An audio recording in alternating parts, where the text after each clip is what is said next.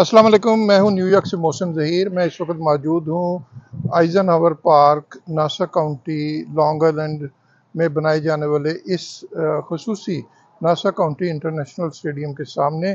आपको याद होगा ये वो स्टेडियम है जहां पर ICC international cricket world cup के 8 मैचेस जो न्यूयॉर्क में हुए वो इस स्टेडियम में हुए।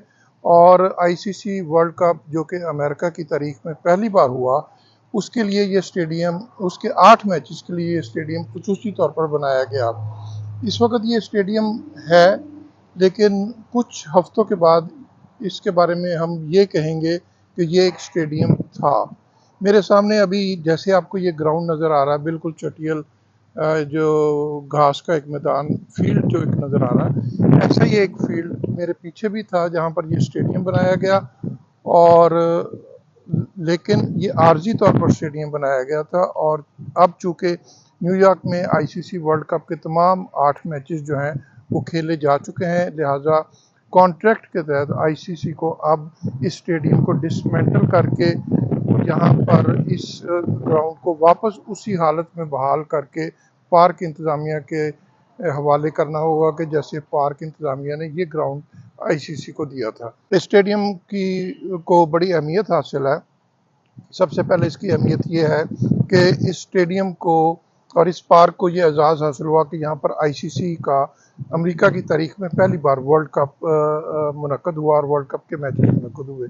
दूसरा और ये एजाज़ ये है कि यहाँ पर पाकिस्तान और इंडिया जो कि दुनिया क्रिकेट के 2 बड़े हरीफ हैं, उनके दरमियान यहाँ पर इस मैदान स्टेडियम में सबसे बड़ा मैच हुआ। और इस स्टेडियम को जो जिसकी कैपेसिटी 34,000 शायकीन क्रिकेट की थी, कि अगर ये स्टेडियम भरा गया तो ये उस मैच के दौरान ही भरा गया।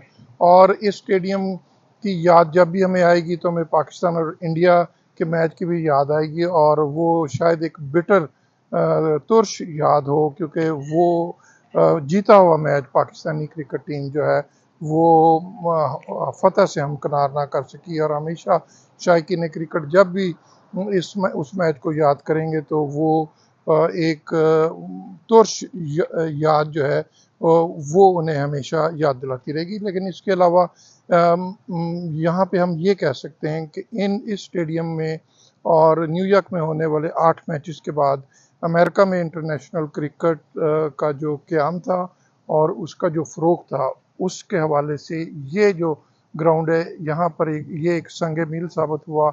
और आइंदा आने वाले सालों में उम्मीद ये है कि यहाँ पर न्यूयॉर्क में और अमेरिका में क्रिकेट जो है वो उसको फ़रोग़ हासिल होगा।